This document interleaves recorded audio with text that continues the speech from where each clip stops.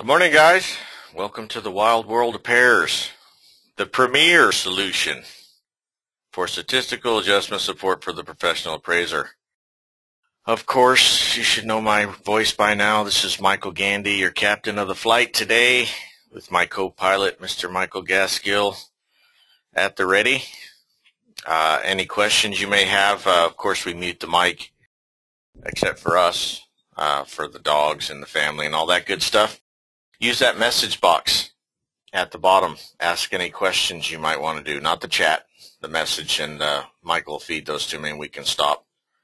We're going to continue on like we did last week, probably slow walk a little bit, show some features and functionality, not go too deep into techie stuff and get you all wonked out, but just show you some of the features and functionality in some analysis that you have. I mean, we're going to do analysis. I mean, that's what we're here for.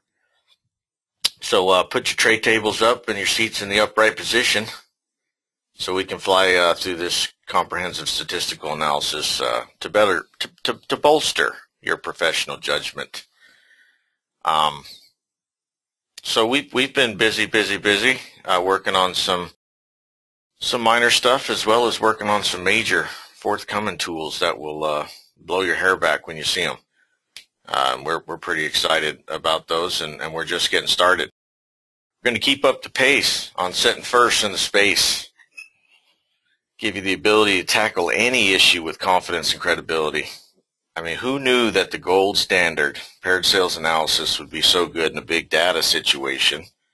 Well, we did, and we'd argue that it's a better method in a multivariable situation, such as real estate. So, of course, I want to talk about, we're still running pairs free for now, but get in while you can, because that's, billing is imminent, but we're still going with the pairs free for now program. Light at the end of the tunnel is getting close, so dig in, engage. It's a learning curve, we understand that, but trust me, it's not that bad a one. Certainly liberating when you get to that point where you can have support, statistical support for your adjustments. Yeah, I've been an appraiser 27 years now, boots on the ground, active every day. Matter of fact, most of these webinars cover the appraisals, hypothetical appraisals that I've done. We'll go ahead and use that. One of my peers likes to use hypothetical. Anyways, bottom of any page, got the YouTube link to the YouTube channel. I'm waiting for the bill from YouTube for all this hosting all these hours and hours and hours of content. But hey, here's this last Saturday's webinar. For those of you that didn't attend, I see a few dupes on here, duplicates. But for those of you that didn't attend last week, give it a whirl. I mean, we compare and contrast a set of data that PAIRS solves for a bath 4 different ways credibly, where regression kind of gave you a big fat goose egg. And that's really, I mean, it's flexibility. Nothing wrong with regression. It's an equation. It's a method. Has limitations. This is statistical modeling. So we're not encumbered by some of those traditional. We're certainly not encumbered by traditional regression rules because we have a different method. This is not regression. It's paired sales analysis and the iterative method, which is a wonderful refinement tool. But, you want to see the difference, the contrast. Like I said, we solve for bath 4 different ways with credible results on 4 different times, whereas apples to apples, same model, same data set, regression was at a negative 1970. So by all means, check out that April 11th, 2015. It's a pretty good one. But tons of content. Like we said last week, the webpage screenshot now is FireShot. That's the one you want. And we still have a YouTube video on here, where to locate that in the Google Store. Anyways, I mean, obviously you can see me scrolling through tons and tons and tons of content. So I'm not going to talk your ear off too much today. I know you guys are here for a reason. You want to get after it, so we'll go ahead and get into it here pretty soon. We're going to do in-flight movie again today. A lot of the webinars we were sending you the test data files, and a lot of you think that's awesome. We'll probably go back to it once in a while. But the main thing is I don't want you scattering around trying to copy what I'm doing on the screen, because then you might not be absorbing some of the content we're talking about. So sometimes, grab your cup of coffee, kick your slippers on. That way, if you have to take a restroom break or something, you're totally fine to do so. Just sit back and let's, if you got any questions, you send those in. We'll stop through and address them. But let's just have you guys absorb some content. We're going to stretch out those statistical muscles like we always say, I should say. So again, let's go ahead and let's get after it, because I want to go a little bit slower and just show you some of the things. And of course, I like to give you the context, so we'll do all that. Doesn't matter if you're in this backyard or not. You're appraisers. Numbers are relative. So as long as I give you some context, you'll know what I'm trying to communicate to you. And the main thing, what we're going to go over again today is the collection of your data and the quality of that data. I've had a few people emailing, back and forth. Now listen, you guys, I'm active. So we all have different opinions. That's the beautiful thing about appraisers. We're actually a pretty noisy bunch. But I get a lot of comments. 1004MC, for example, my parameters typically are plus or minus 25%. You can be plus or minus 15%. If that's how skinny you want to be. You can be plus. Nobody wrote the rule on that. As a matter of fact, old Fannie guideline, legacy guidelines, I believe were 30% or 35%. I can't even remember. That's how long ago it was. Some of you appraisers that might not have been around as long as that might not remember those things, but I remember some of the old legacy stuff. So, plus or minus 25% is typically what I do on a 1004MC basis. Now, if my data's thinner, I may do plus or minus 35% for pairs just to get more balanced data for adjustment support. And I may then go back and do another set of data plus or minus 25% for my 1004MC. But I'm Speed Demon. I'm the ninja. So if I can cheat once in a while, I will. I mean, if I get a decent set of data under my 1004MC parameters to save time, I'll just dump that and gun. And when I say a decent amount, I mean, hey, I tackle stuff all the time, 40 to 50. I might have to prune out some outliers, kind of go through and clean up the data a few minutes. But at this point in the game, I've been running it, oh, God, goodness gracious. I've been banging on this now about 10 months. So when you get to that point, you get more comfortable. So just, we're going to go through some of this stuff today. Now, the opinion-based stuff, like I said, parameters for your 1004MC, if you don't follow my method, that's fine. No argument there. That's your opinion. Well, I got mine. You can tell I'm pretty loud about mine. So let's go ahead and get going today, and let's show you how you can beat back the robo-computer, totally neuter any kind of issue that may bring up relative to your appraisal, because you're the professional. No robo-computer can define a market area. No robo-computer is competent at verifying the credibility of the adjustments. You're the professional. All you need to do is you need to be able to communicate that, so that when there's a variation between their automated model and your results, they can easily spot it. They can easily identify that you did a comprehensive statistical analysis, and that's it. I've told you, I got friends at Fannie Mae. I tell you all the time, they got a department down in Dallas where the 4s and 5s go. It's called triage. Yeah, the same kind of triage you hear at the emergency room. And that's staffed with a bunch of retired appraisers, appraisers that took a job. Most of them have an appraisal background at some point. It might have been current, took a job with the beast. But the primary function that they are tasked with is when they're handed a 4 and a 5 is your appraisal, and then they're handed, on the other hand, a copy of Fannie Mae's automated model. And their task is to determine, is the model correct or is the appraiser correct? It's that simple. And if you document your analysis and you give them that roadmap, trust me, those guys told me they're stamping off. I mean, you did the analysis, and it's end of the story. The model's wrong, appraiser's right. So don't be afraid. You know, we keep going through this stuff. Don't be afraid of that. You know, and Fannie Mae's well aware.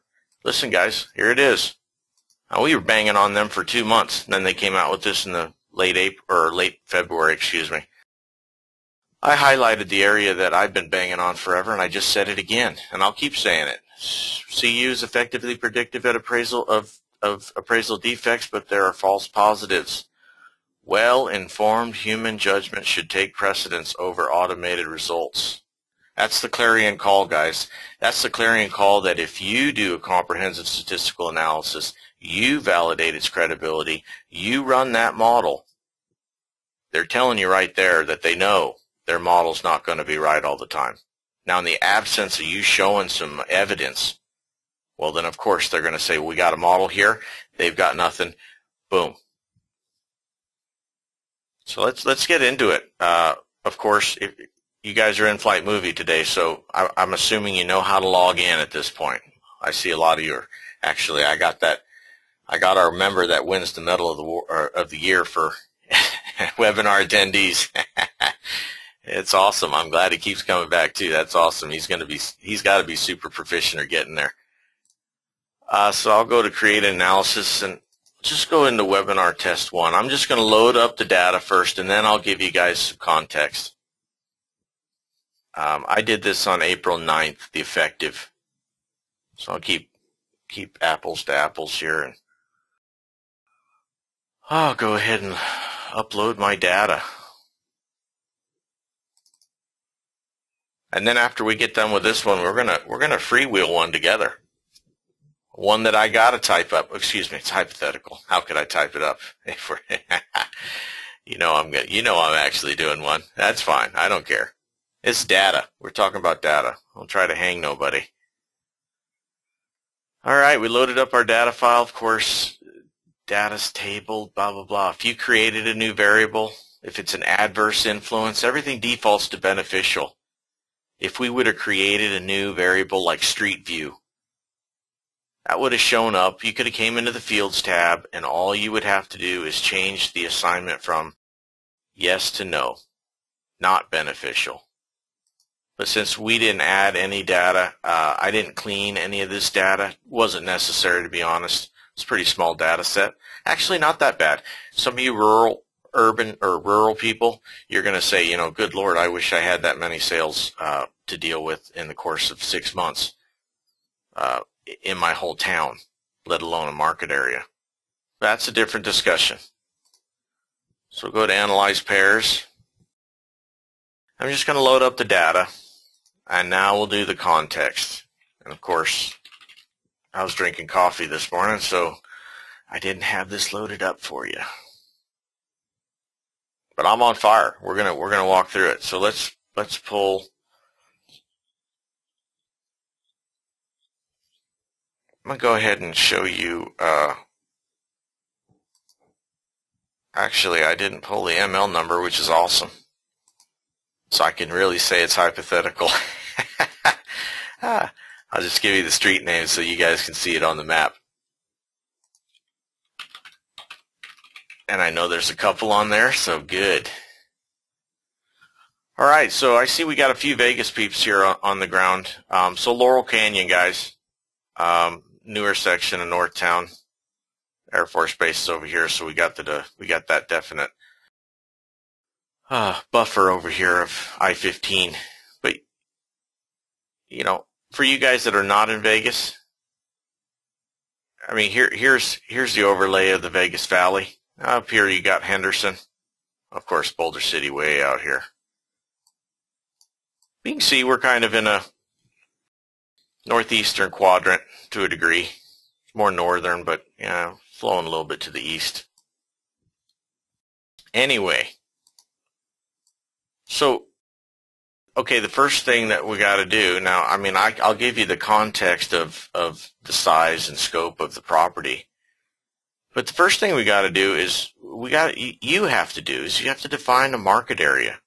Now, this, let me just show you for illustration purposes. This is dumb. And there's that stupid automated thing running around out there. I know it's exciting. Boy, what a good marketing hook. Automated. Good Lord. You're not in charge of nothing and the results are garbage. Now listen, this is not a market area.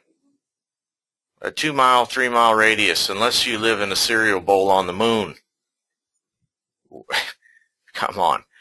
That's not a market area. Now, what is a market area over here? Okay.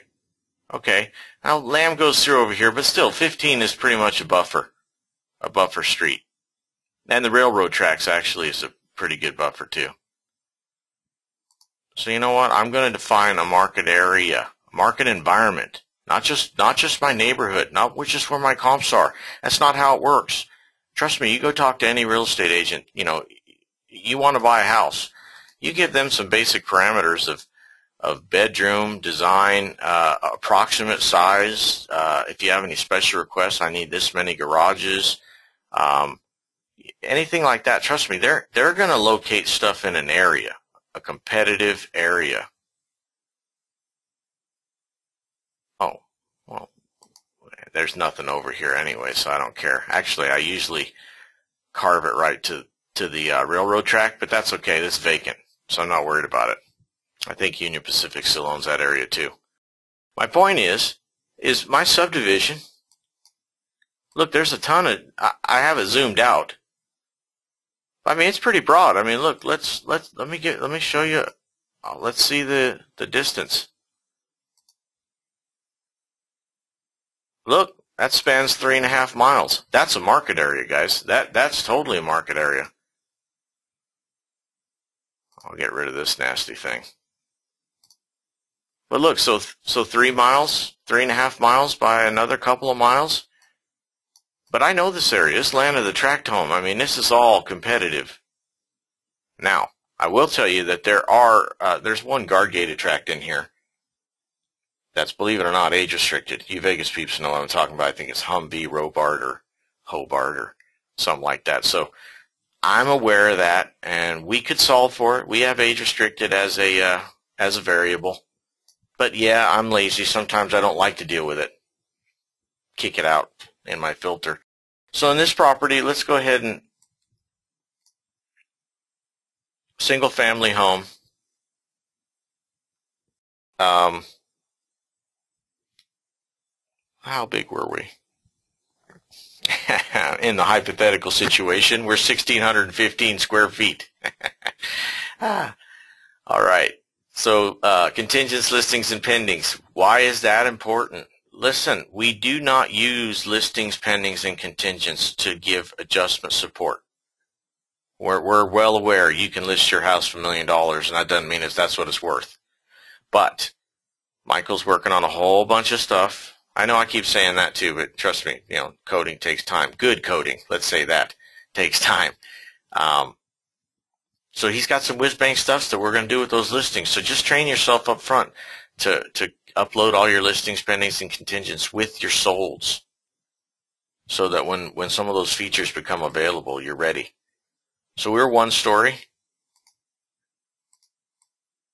We're 1,615 square feet. Now, in that market area already with 1 story, we got 201. Now that, just to show you the sales data so you're not scared, I'll put the listings back in when I do it. So we're at 150 right now, just 1 story. But so I know I got room to put in some parameters, and I'm lazy. I just told you I'm lazy. Now if you're If you're not that proficient, you might make some wider livable area parameters than I do. Why? Because I'm telling you, the more data you get, the easier it is to find balance. The outliers get washed away better. But now I put in some general parameters, and I can put in some tighter parameters, but you'll get to that point once you're proficient. So we're 1615. I did on this property, I believe, plus or minus, yes I did, plus or minus 25%. So I was being lazy. I pulled the same set of data for my 1004 MC.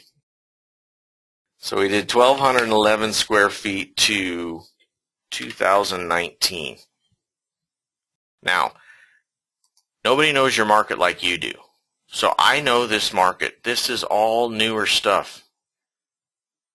There's nothing in this market area that's over, I think, 10 or 11 years old. Why is that important? You know your market and I know mine. I'm not going to put in an age filter. It's not necessary. I mean, heck, age is going to be, you know, the closer you make this, your parameters, let's say, the more sensitive your results can be. For example, in age, if I only have a 10-year spread, it's very difficult to extract out. You actually get better results when you extract out larger variances than you do smaller.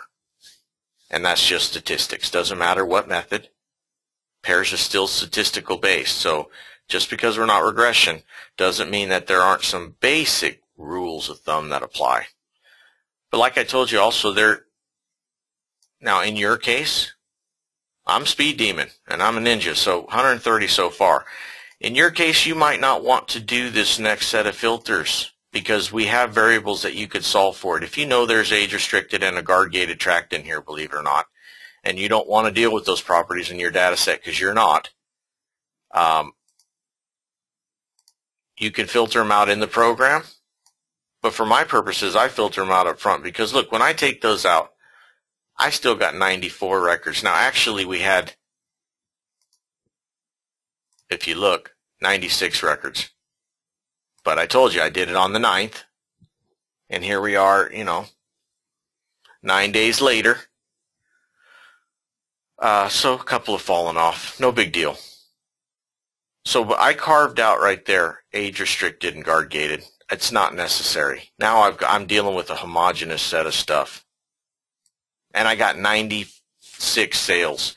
Now a lot of you guys in rural markets are going, yeah, that's not possible. Okay, well if you get small, we've done crazy good results with 13 properties that were highly correlated. So when you're in a rural situation, you might have to spend a few more minutes going through your data and flicking out those ones that are on the low side and on the high side that are not relevant, or go into those data. If you got smaller data, sometimes it's a benefit. You can go through and account for differences and variations in that pricing. Maybe one's an extensive remodel. You don't have that field in your MLS. You clean the data. You create a variable. You account for those things. Kick out the ones that aren't relevant. Try to go for you know, the ones that are correlated the best. So don't be distressed that you can't get good quality analytics out of a smaller set of data. You just got to massage the data better. Garbage in, garbage out. So the cleaner your data going in, the cleaner your analysis is going to be. Okay, so that's the setup, guys. One story, really nice home. Really nice home, hypothetically. 615 square footer, 3-bedroom, 2-bath, 2-car garage. I mean, just about as standard as you're going to get all day long. So we loaded the data and we ran into of course, an initial analysis goes. The first thing we don't ever do, we don't care. We don't pay attention to what jumps off that page. You just don't. Why would you? You've got to prune, you've got to test things, you've got to look at your variable list. I mean, there's a whole lot of stuff going on. So you've got to deal with this stuff. So I'm built in 2007. So now I left open those parameters, and believe it or not, that market area is, let's look, year built. We'll go to the stats tab. Any one of these variables, guys, for you new people, highlight it and you can go to stats tab. It'll give you the breakdown of everything in this data set. For example, on year built, We got 22 records built in '04. We've got 5 in 2014. 2014, more than likely, those are the new construction. We have default variables that populate: livable area, lot size, garage bay, pool, if it's in your data, but we also have some other ones that we've found to be significant in a lot of cases. Now, they may not be significant in your case. That's okay. When we see that in your data, though, we throw that variable up just so to identify to you that it's in your data set. Now, that doesn't mean that we're telling you that our analysis is saying it's a significant item. We're telling you that it's there so you can address it. You know, it's kind of a way of saying, oh, I didn't realize, you know, I had that in my data set. That's all it is. And again, we don't do every variable like that. Things that are significant might be a water view, new construction, guest house, things that we've mapped. That extensive mapping Michael does that you guys think he's crazy for all these fields. You have the ability to see all the things in the data and account for things that might be that might materially impact an analysis. So the first thing, we don't pay attention to anything. First thing we always do is look at that market rate. Okay, now look, market rate change. This is the first thing you want to look at. And I mean look at. And we're appraisers. We have well-informed decisions. We're not trained monkeys. That's why that automated program irritates me. Because you don't need to accept something as fact without looking at it and using your judgment. That's what you're an appraiser for. And by God, I'm a fan of appraisers, so I'm going to support the professional judgment that you use. Now, look, so we have a technical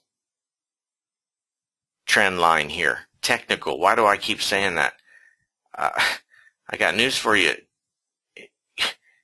Technical trend line does not signify a trend overall. You got to step back, burn that out of your mind. Michael's going to make a feature where you can click here and take that trend line out so you don't have to burn it out of your eyeballs, so that you can kind of use your judgment. But let's look at the annual rate, negative 1.2997%. That's annual. Now, let's get into theory. I don't know if some of you got, now look at the sales price though. Now this is sales price per square foot. I mean, it's always to me a much more robust way to look at data. Sales price, you know, it includes properties from 1,200 square foot to 2,000. You don't know if more of the smaller ones were here, bigger ones here. You don't know that. You do here. But we've got a technical. Now let's talk theory. So when I do an appraisal, what's the definition of stable? The definition of stable market to me is not 0% on the money. I mean, if I go 1 or 2% one way or the other, that signifies stable to me. Maybe 3%. Because, I mean, a healthy, stable market, is not going to be under the confines of an exact trend line within a couple percent. I mean, we know that. So I'm not saying this is a declining neighborhood. I'm saying this is stable. Now, I'm not applying a market rate up. But at the same time, this is the first thing you want to do. Of course, we have tons of different ways to look at it. The best statistical measurement to look at the trend and the outlay of the data is a weighted approach. But you can deselect weighted. You see we took out weighted and it actually lowered it a little bit. This includes all of the properties in the data set. Sale-wise. So we could have distressed or not distressed, including them. You can show your listings. Now you can see that there's an old listing that was listed way back here, somehow stayed in the mix. But you can check out the list. I mean, you can go back a year period if you want to carve out that old one. Listings are on the move. A lot of you guys in the country, I wonder if you're dealing with it like me. Listings are definitely on the prowl, and we're not having the sales data to back up the market conditions. But you can minimums, medium, maximums, averages, There's tons of different data points that you can look at. Tri-mean is a very stable measurement. Well, look at that. I mean, that 0.18%. Anyways, play around in here. Tons of stuff you can do. I mean, you can eyeball, you can see what's going on in your listings. You can put in historic data. We are not confined with a status of sold only. You can go back, you can go back 10 years. We'll trend it out for you. You dump in 10 years of data. Maybe you're in a rural market. You need to go back and include 4 or 5 years in order to get enough data to get any kind of credibility. You can apply a market rate and deal with that data. The platform will do that for you. So we're not going to apply a rate, so I'm going to cancel out of here. So now after we deal with that, first thing you want to do is you want to tackle your variable list. Now, of course, we're not taking out primary stuff, but there's stuff that pops out like, okay, I'm a single family detached, 3 BDR tract home, 2 bath, 2 car garage, guest house. Now this very well could be something in there. It more than likely has a casita, and if we see a casita in your data set, we've coded that as guest house. Now there's also another variable. If you don't like the lump adjustment, we could go in our variable panel, remove guest house, and instead add additional livable area. And that will attempt to give you a breakdown of the price per square foot for that additional feature, that that accessory unit. But let's highlight it. I don't like guest house. I don't have a need to deal with it right now, to be honest with you. Now, let's look at the stats tab on it. We've got 1 property record with a guest house, 95 without. So again, I'm cognizant of, if I remove a variable, how thin am I getting my data pool down to deal with? So in this case, I'm not worried about a guest house. So you know what? I don't want to, though. Let's look at the median prices. I mean, it looks like it on a median basis, and we don't know how big this property was, but the median price is leading the market by about 11 grand, which might be actually more a reasonable number. I mean, there's only 1 property, so even though it cascaded 85 times, under this filter, trim 2.5, which, we can always play with that. But again, it's not relevant to me. So I'm going to go in the sub-market. Now, if I remove it right here, guys, I've told you this a million times.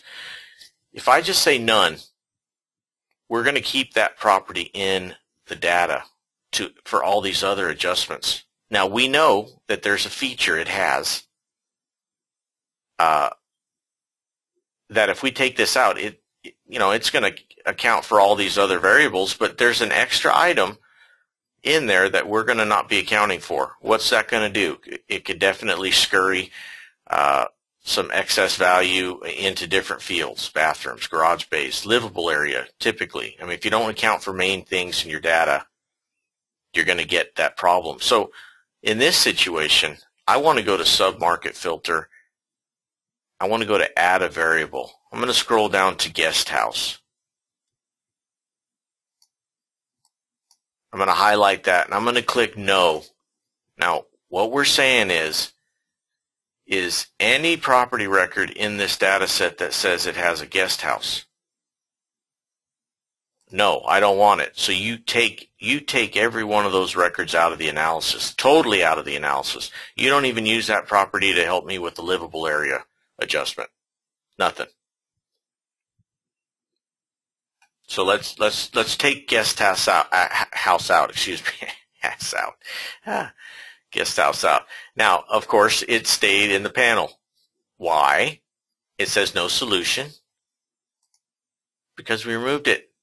There's nothing in the data set. See that? That's how you want to get rid of a problem property that has 15 car garage bays that's throwing out your garage adjustment.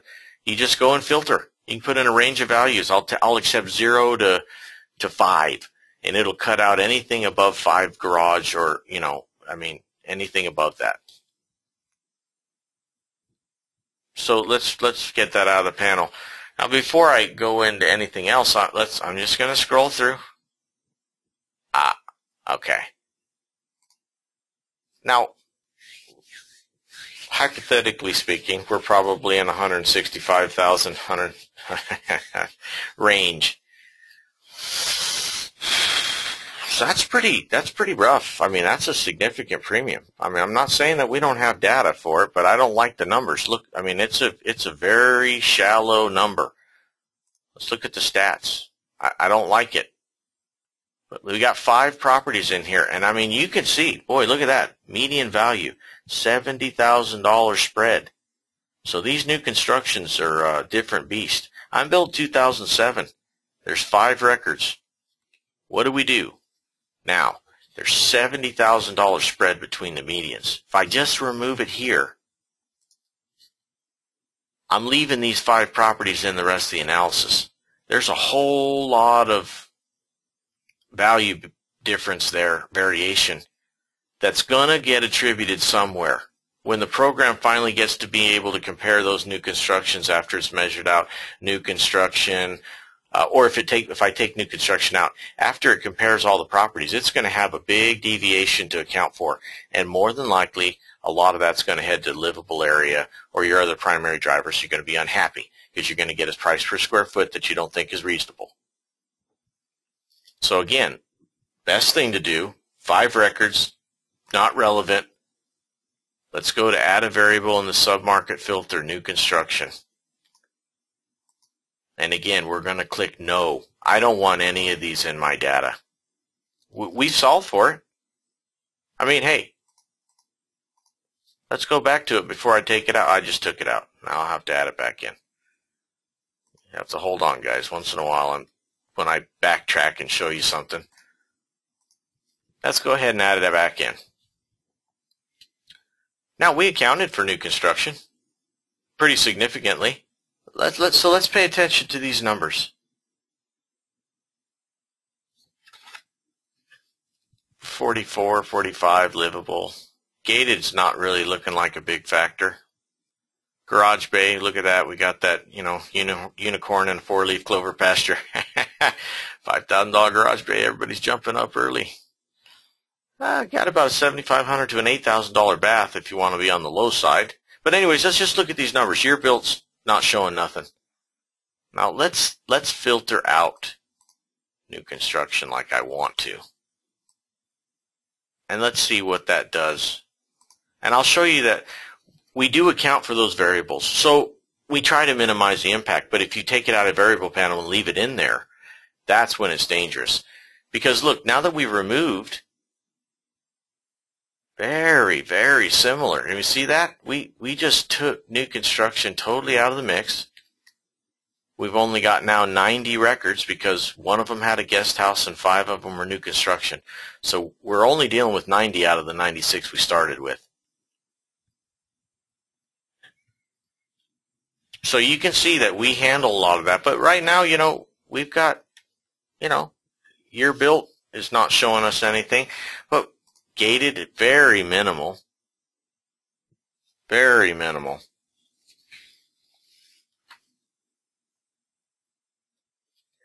So let me try something with you guys. So, these are the tolerances. So we keep talking about this. What's that do? It allows 2 properties. Let's say this is our variable list. This is what I am an appraiser right now. I'm saying significant.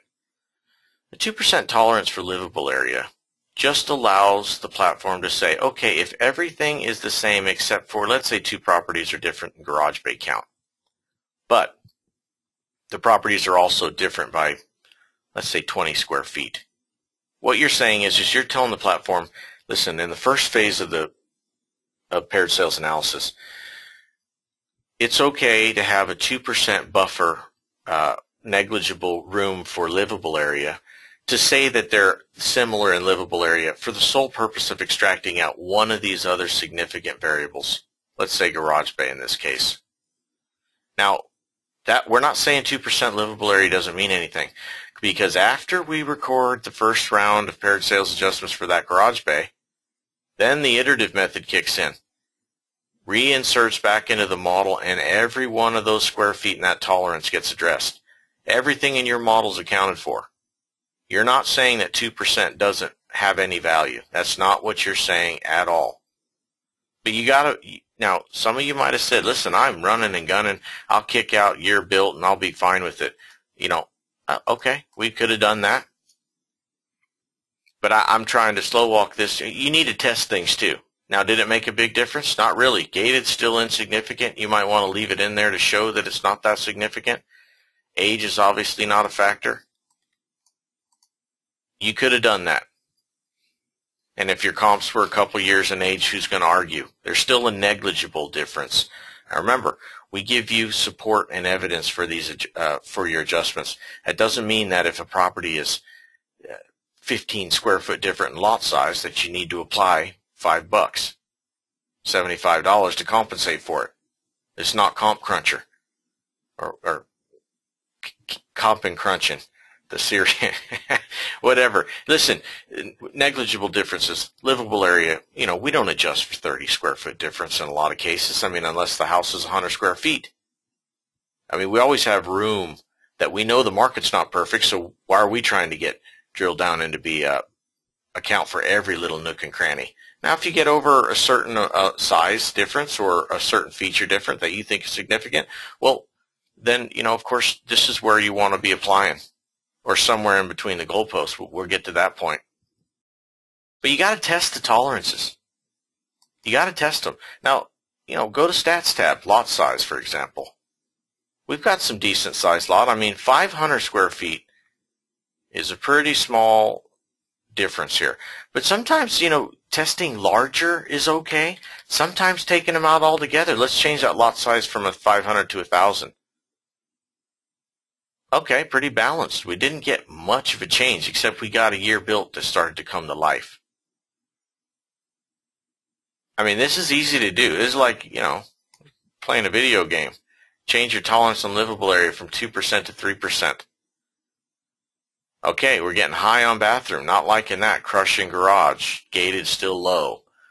These are hanging. Not too far off where they were. No solution in again on a year built. Stats tab, 2004 to 2010. Okay, this is a newer market. Maybe we back that down to 3 years. That new car smell might still be in that 2010er versus the 2004. So, I mean, this is what you can do to test. But you know, also what you can do to test, you want to be commando. Let's take out the tolerances. Now, don't worry. When we update it, I removed it. It'll go away. Don't worry. Let's take out tolerances. Let's just, now we're going to have no tolerances, guys. What's this going to do? This is going to do just traditional paired sales analysis with the iterative method. It's going to solve for whatever it can solve for, and it's going to keep going until it solves. Now, let's pay attention to those numbers. Now look, we have absolutely no tolerances. Year built came to life. Now look, remember that $8,000, $7,500, $8,000 bath? Still there. That $5,000 unicorn garage bay? Still there. Look at that, based on 890 pairs. In 90 property data set. Now, I know, look at that central candle. Boy, that is just smoking on the money. Now, I know what you guys are going to say. Wait a second, Michael. 890 pairs, how's that possible? We only have 90 properties in here. That's true. So in the iterative method, though, once we solve for variables and we reinsert them back in the model, there's no oversampling. All previous generation recorded results are only used as a prime and they're discarded going into the next round of the iterative method. But what the equation is let's say 90 properties. That's how many records we have. How many, if you fill in all of the adjustments, you get to a point where you can compare and cascade all of the properties. So what's the equation? 90 times 90 minus 1, which is 89, divided by 2. So believe it or not, in 90 properties, you can get up to 4,005 comparisons. How's that work? Think about it this way. It's not 90. Think about it this way. You've got all properties lined up, and you can compare all of them. 1 to 2, 1 to 3, 1 to 4, 1 to 5. Repeat the cycle. 2 to 3, 2 to 4, 2 to 5. 3 to 4, 3 to 5. 4 to 5, 4 to 6. And you see that if you keep going, the actual number is 4005. That's why this platform is so awesome. I mean, because we don't need 15 representations per variable. It's nice when you get that. Trust me, you just open up the can and it's great. But that's why the power of numbers, the iterative method, 90 properties can generate you a ton of comparisons if you do it in the right method. And that's what we've done. So that's what we've done. So let's look at, I mean, golly, yeah, looking pretty good right off the jump. I mean, you know, we've changed, we took things out. I mean, we're still hanging right around that number. If you don't see credibility in those numbers, I don't know what to tell you. We got year built. I mean, that's totally credible to me. Let's just hypothetically say this 2004 to this 2010. Now remember, a new car smells still. You know, first cycle of the life, you know, 6 years difference, 1,500, let's say, or 2,000, whatever you want. $9,000 for 6 years? That doesn't scare me. That's a lot better than no solution. I know there's some kind of value there to me. I mean, we can look at the data and we can see that, except for in here, it gets a little wonky. There's a progression, some correlation there. Don't be afraid to check these filters too. Now, I have a comp that I'd like to use that has a SPA. Now, SPA is a tertiary variable. It's squirrely, most of the time, squirrely. Very tough to get a lot of you guys understand this now. I mean, bathroom is a much more significant variable in most cases than a SPA. And it recurs much more often in your data set, and you guys know that statistically, bathroom is a tough variable to deal with. We've got some stuff on deck for you that's coming that's going to solve that problem. But you can run regression models, pairs, whatever, and sometimes you just get a goofball, wacky bathroom adjustment. Same thing with a SPA, actually more with a SPA. Now, occasionally, you'll get good supportable number, a good credible number. But this is a suspect variable. So when I load this up and test the model, what we're doing now is we're testing. I know that I'm adding one in that can be squirrely. Now, that's not bad. Hey, a lot of you guys are probably going, but what did it do? See, that's what you do when you test a variable. You need to also test the variable impact to your model for linearity. Now look what it did. It crushed. It left bathroom alone, but it crushed garage bay. Now we know, to me, garage bay is much more significant of a variable than SPA. Now it gated, took a little bit away from that. You know, I'm getting concerned here on livable area because it took down my livable area about 10 pegs off that central estimate. Now remember, let's go to the submarket change. Remember, there's always context. You need context. Let's go to add a variable. Let's go to sales price per square foot. Let's just see what's in our data set. So on a median basis, we're at about $97 a square foot. Now typically, I always tell you guys this, and we've run so many sets of data, thousands, it's crazy. In a tract environment or where livable area is the predominant primary driver of value, you're going to get between 50, typically. Now sometimes you're in the 40s, but typically you're going to get between 50 and 70% of the median price per square foot is going to be attributed to livable area. So that means we're probably looking for $48.50 to about $68, somewhere in there. So I'm going to get out of here and let's go back to the panel and look where we're at. So 34. So what do we know by testing our model with this spa? Well, we know it totally destroyed bath or garage bay. We know that it materially changed, you know, $10 is 25% of that number. So we know it significantly impacted livable area, and I'm not comfortable now. I'm getting way too low. I mean, $34 on a $97 square foot median. We're talking 35%. Now, these are the numbers that you guys used to love to see. I did too. I get it. A long time ago. Hey, show this to Bob Murphy. Yeah. And Bob's just trying to show you what the data statistically shows too. But anyways, end result, I tested this variable. I don't like its impact to my model. Not under these described parameters. Now, we could try. Let's try a different filter. We're on trim right now. Trim 2.5. What's trim 2.5 doing? It's trimming 2.5% of the results from the negative and the positive side evenly. Statistical filter, been around forever, but you've got other options. How about standard deviations? Now, this is a statistical measurement. Now, regression throws everything in a hopper like a bowl of soup, and typically in a well-defined distribution pattern, you're going to get 98% of your data in 3 or 98.5% of your data within 3 standard devs, 95% within 2. But let's try 3 standard deviations. Standard deviations, let's click update and let's see where that takes us with that spa before we kick it out. Aha! Oh, look at that. Now, we just changed the filter. Didn't take spa out yet because this is what you got to do. There's a lot of moving parts here, guys. Don't be afraid to just test before you get rid of it, because I do want to use that property with a spa. And I think there's a value there.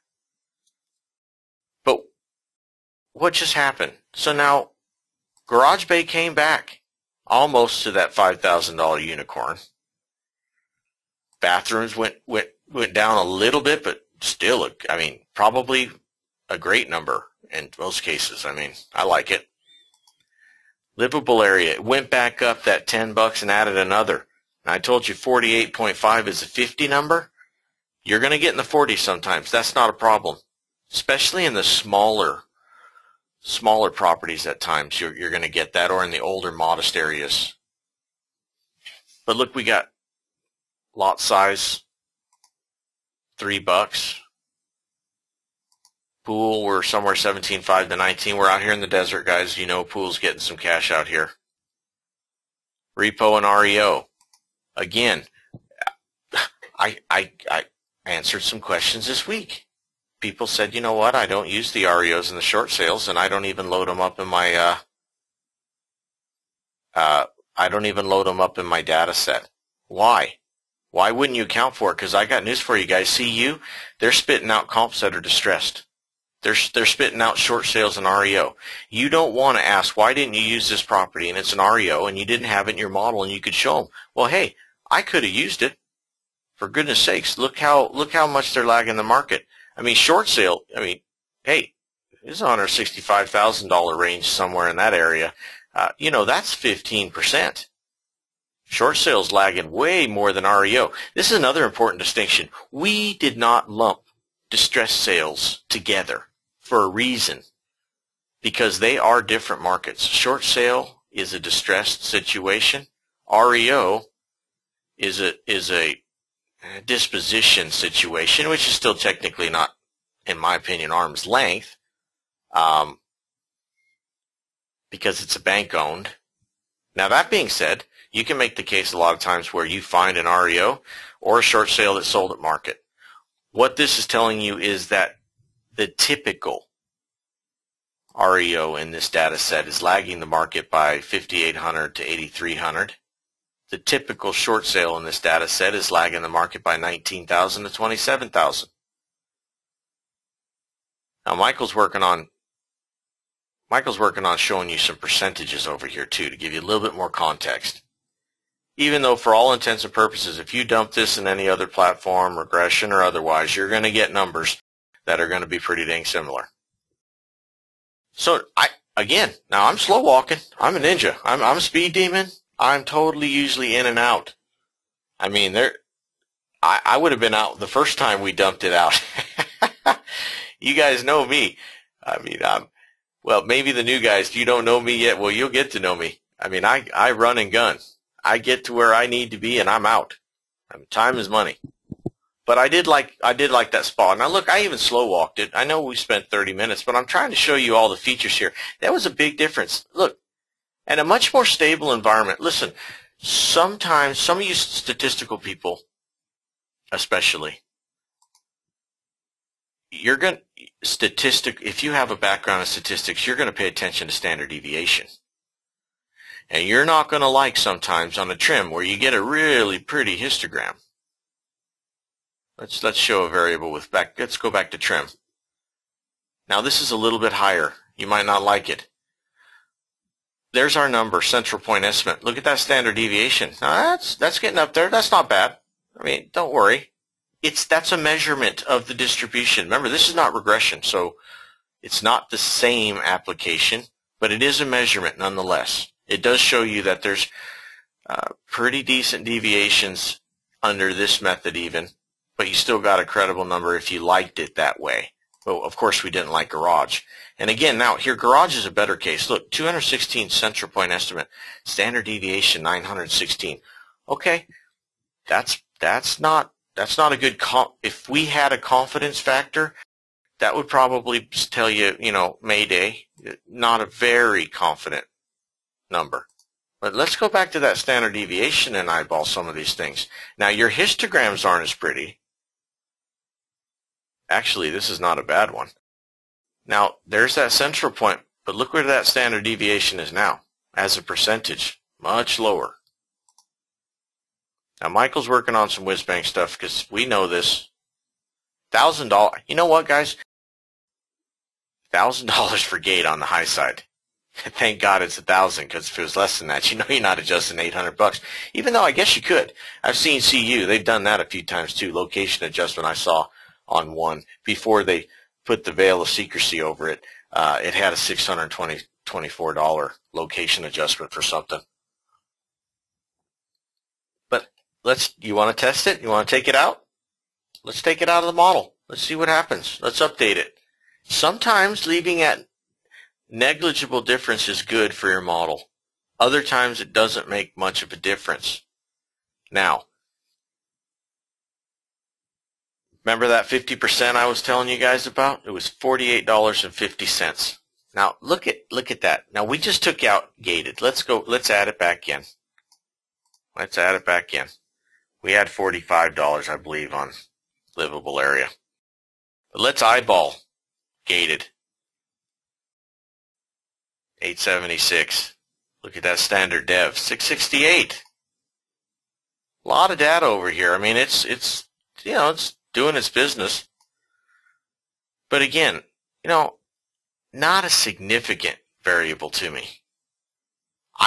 Now, if I had a gated, yeah, you betcha. Maybe I lean to the higher side on my livable area and I keep this bad boy in my model so I only have to adjust $1,000. Confidence or not, I mean, if it's credible, it's credible. But I don't have any gated. So in that case, I'm going to remove it. Why? Because it seems to me more balanced. It didn't really materially change my adjustments that bad. Yeah, I don't have my $5,000 garage bay now. I'm going to have to deal with the $5,500. But I like that. I know that's spot on 50%. I'm so tight on lot, I got to be $3.50. Dang it, I have to use that calculator. Pool. Okay, so let's look at the pool in relation to SPA, because there's a lot of pool-SPA combos. So 16.6 on the low side to 18.6, 17, 14. So we're looking at about a $22,000 pool SPA combo. Hey, we're 165,000 for my property without a pool. What are we talking? 15%? happens, you're built. I can still go on that 1500. But right now we're done, guys. We are totally done. I'm not going to even try to. You can test. Don't be afraid. If listen, you got a slow day, or you know what, I got a covered patio and they're busting my chops that they paid this much money for a covered patio. You can test it. Now you got to pay attention though to what does it do to the rest of your model. The collinearity, that dirty word in statistics, even though we isolate variables and we solve under a different method, they're still interrelated variables to a degree. So collinearity can be a pain in the rear end. Now this whacked out our whole model. Gave us a negative garage, totally blew out bathroom. No. This is a bad, you got all these guys are on the playground. These little kids are playing on the seesaws and the swing. And then this is the bully. We put him into the playground and he gets into a fight and just messes up everybody's day. So get rid of him.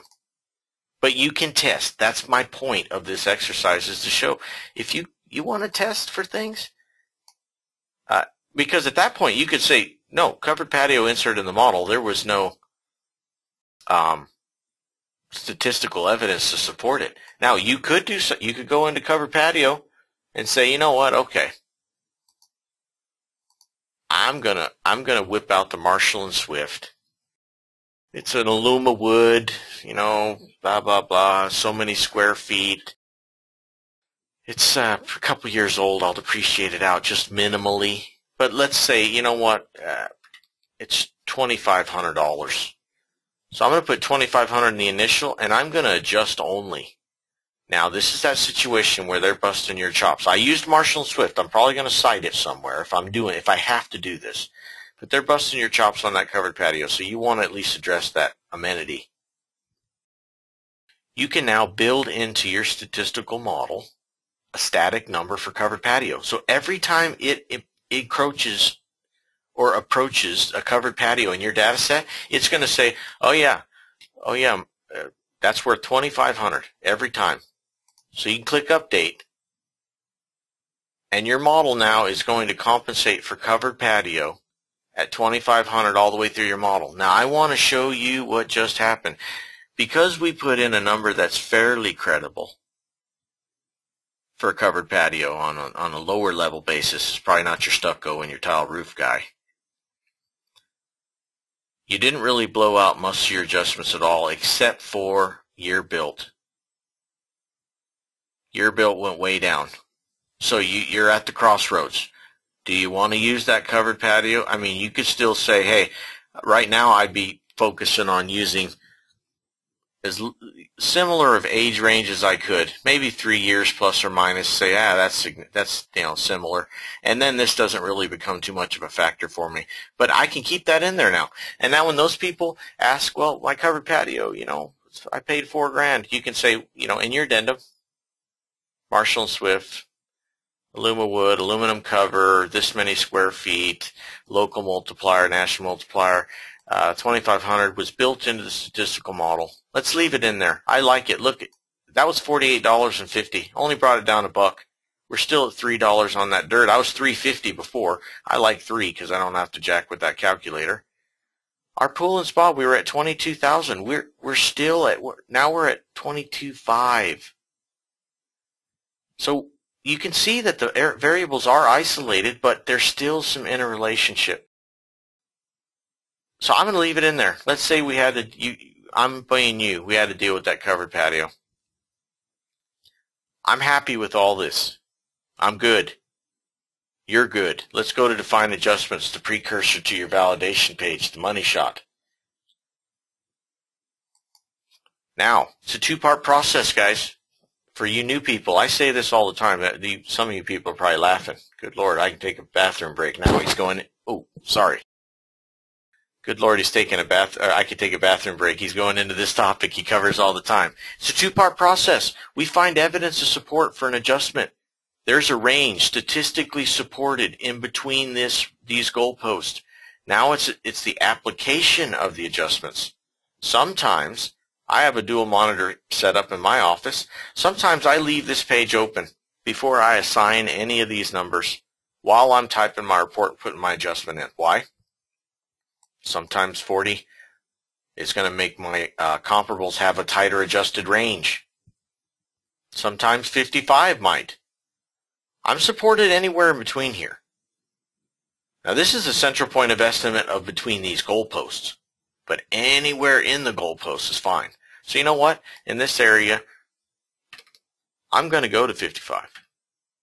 And why? Because I'm a professional and I can. And I say what number is credible. On garage, I don't like to play around with the calculator, so I'm pretty stuck. I got to go 5,500. Lot size, beautiful. That's what I wanted to see, a number that was round anyways. Pool, all right. You know what? Let's see. Let's look at pool in conjunction with a spa, just in case. So let's say if I had you know what? I'm going to do an $18,000 pool, and I'm still going to do that $4,000 spa.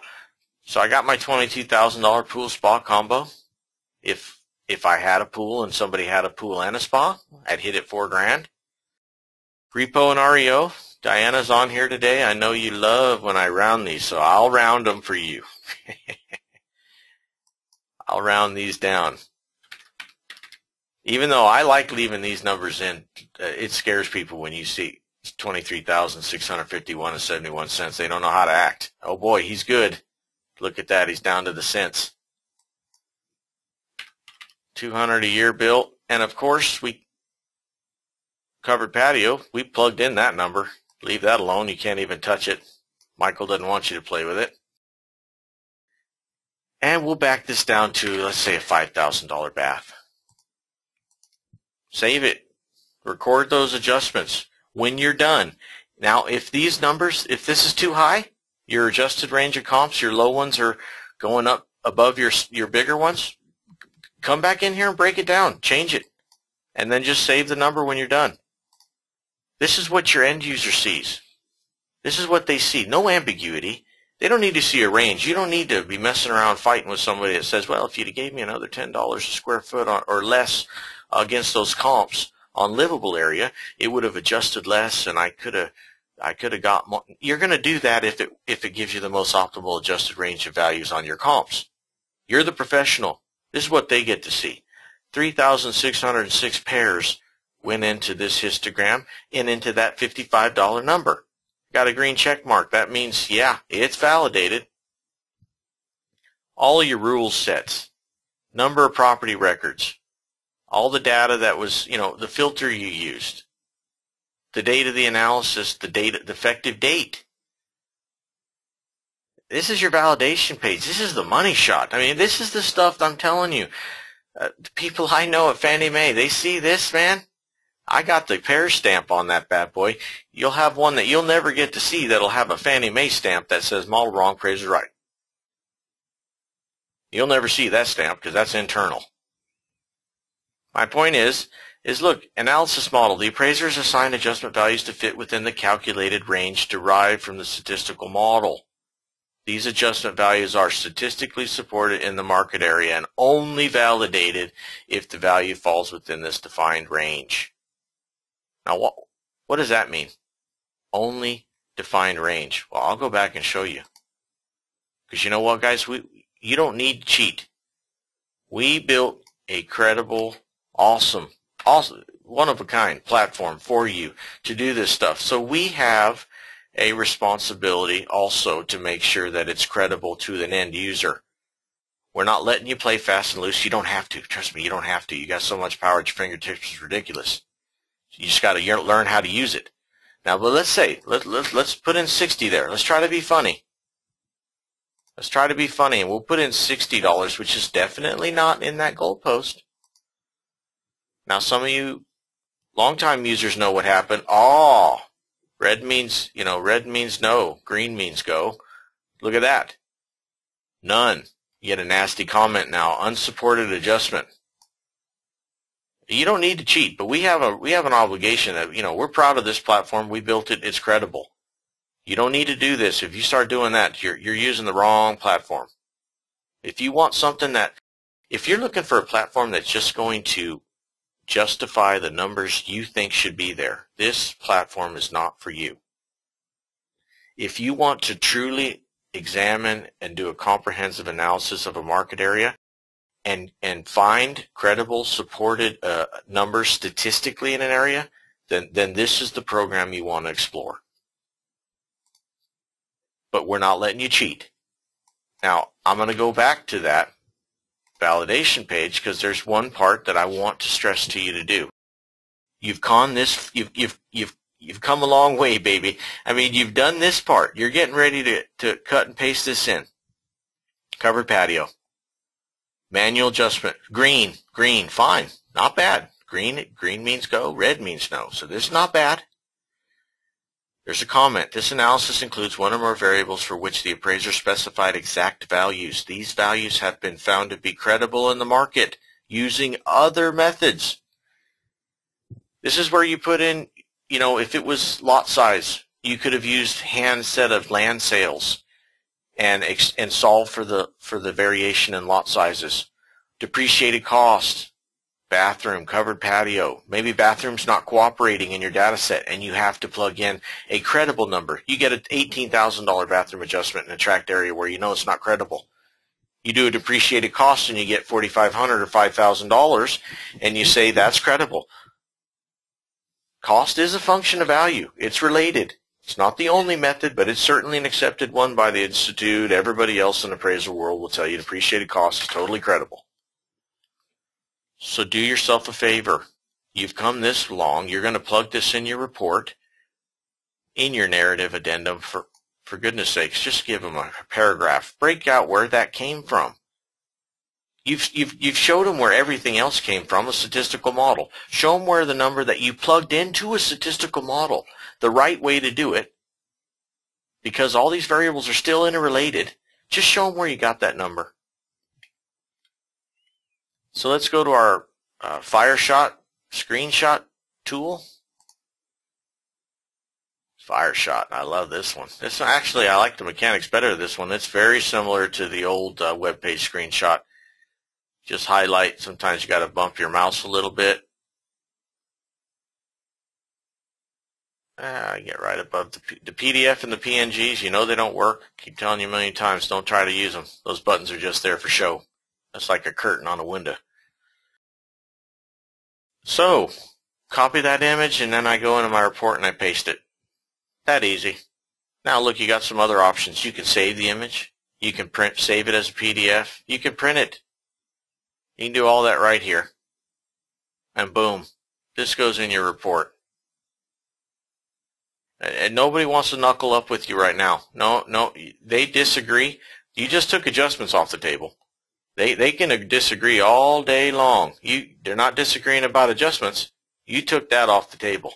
Why? Because if they're using an automated version of regression, remember this, regression's a method. We're definitely not opponents of regression.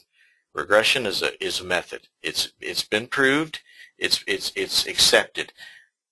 Paired sales analysis and the iterative method, which is a fancy word for algebra, been around since 1700 BC. They're still teaching it to my 6th grade daughter right now. So these methods are just as credible and been around even longer. So don't worry about the methodology. You took that off. They can argue with a different method. Yeah, different method can give you different results. I dare to tell you that in a lot of cases, you're going to get scary complementary numbers out of pairs and good regression programs. Now, there's a difference between good and bad. And that automated one is definitely in bad territory. So that's for your appraisal. No ambiguity. They don't see that range. This is for your work file. This is for if the state, God forbid, comes a-knocking or you get into litigation. This shows all, a ton of statistical data points of your data set. All your rules, again, your comments at the bottom.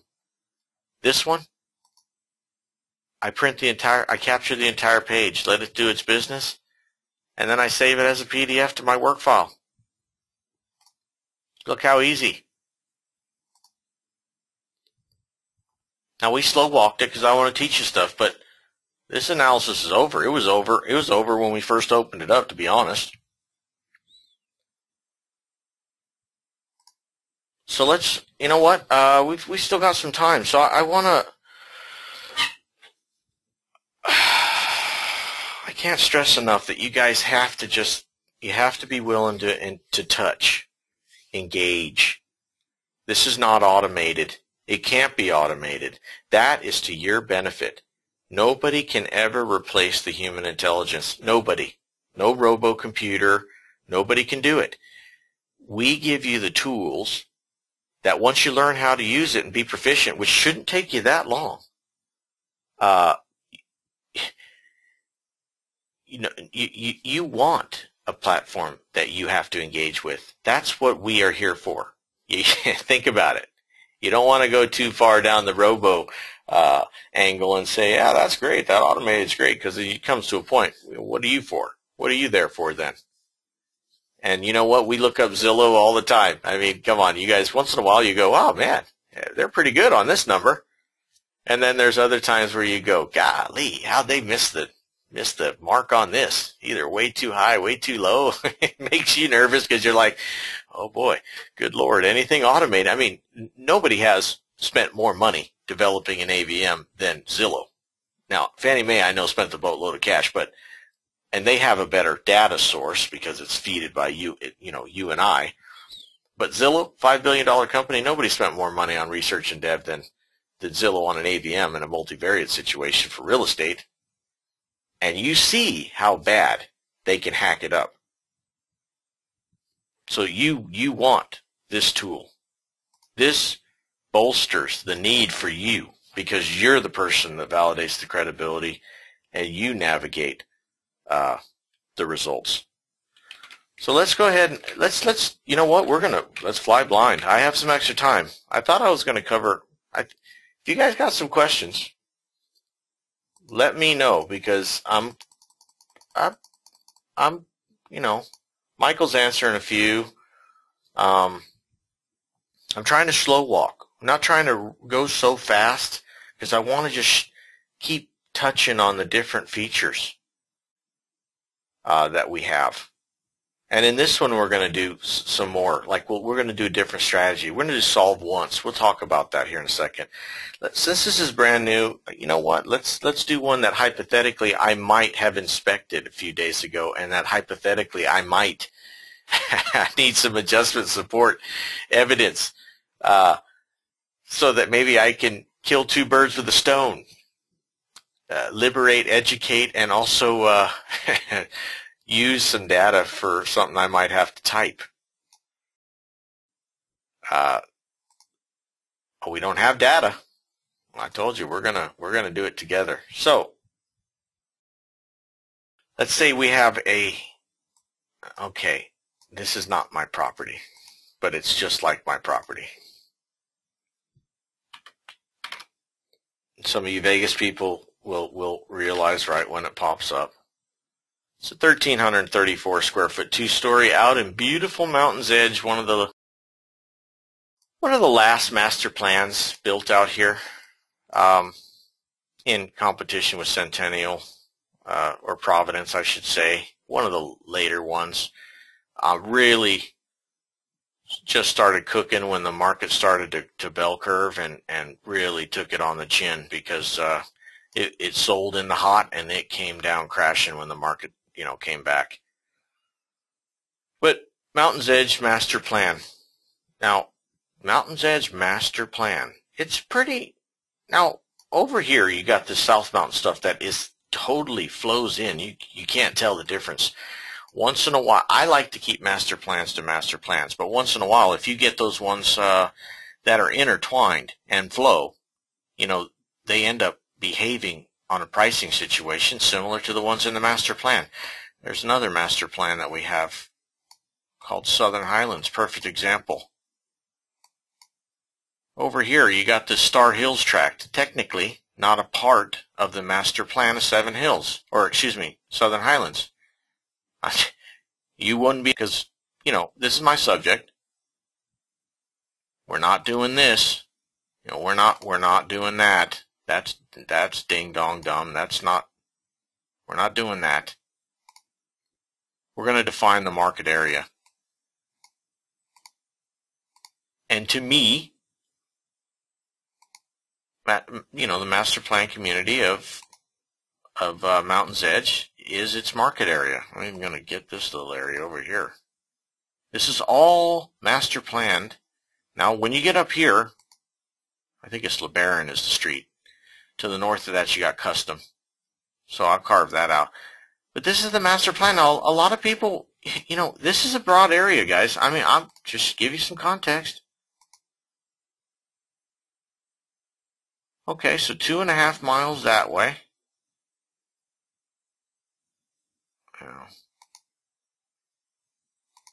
Trying to, I should have picked a corner. I can do this in one swing.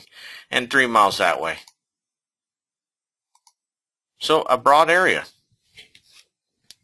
Now, you want, your personal opinion is, hey, this is my market area right here. Well, God bless you. Then if you don't, you know, that's what you think.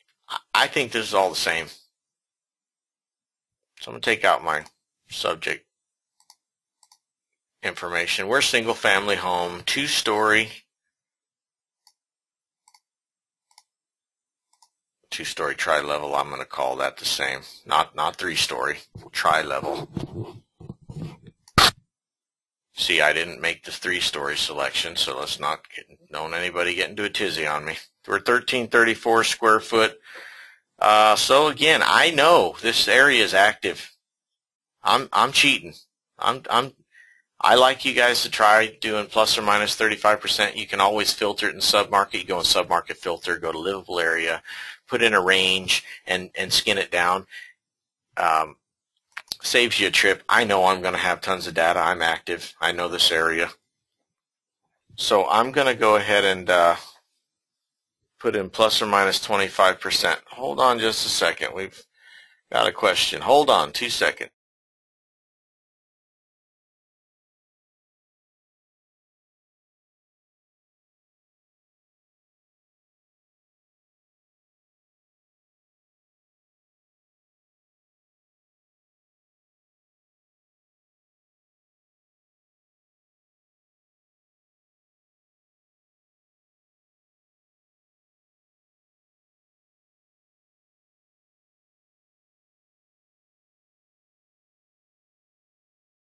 All right, guys, I apologize. So you know what? Yes, one of the members on asked a question. Are you doing 1 year sold?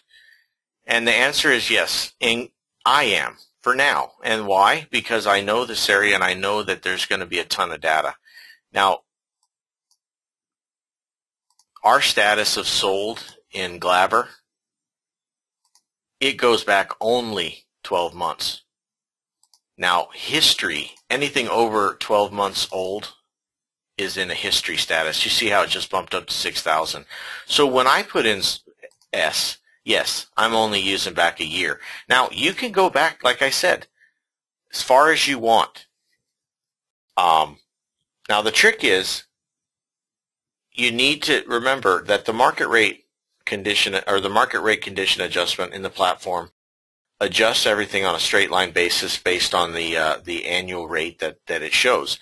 So the straight line basis, just like regression is not good with the data sale either, it doesn't account very well for peaks and valleys in markets. So when you have a fairly steady increase or a relatively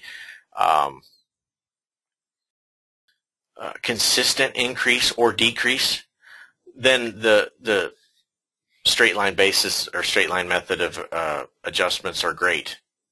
But when you get a peak and you get a valley and a peak and a valley, that's just what you want to be careful for. So you could go back 10 years, but you're going to have, if you have a lot of this stuff going on and then you just apply straight, you're not going to get good results. So just be careful. If you can go back 2-3 years and the increase or the decrease is relatively equal or, you know, at the same grade, you can do it.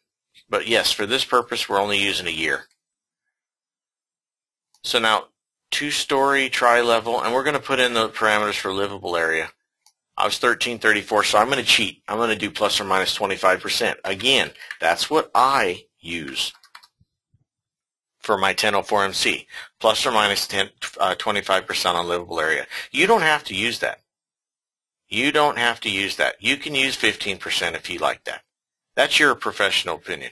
Like I said, I'm kind of an old bird, even though I'm not that old. I've been around too long. My dad was an appraiser for good Lord, years before he finally retired. He escaped. But I remember the old legacy guidelines of Fannie Mae, which were 35%. So 25% to me. Hey, 1334, guy gets a good deal, likes the layout of, the smaller house, more upgrades, or the bigger house. I still think that's a reasonable comparison.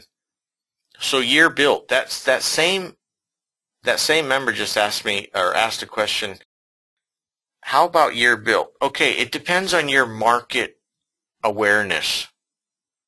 Now, if you know an area very well, then you can make the determination up front. Should you put in age parameters and what kind? And base it off, of course, your subject property. Now, I just want to show you, though. Let's just not put in any ages. And I want to show you the age gap. This master plan just kicked off right before the bubble burst. So I can tell you that there's nothing in this data set, year built. We've got brand new, 2005 to brand new. Now I'm built in 2007.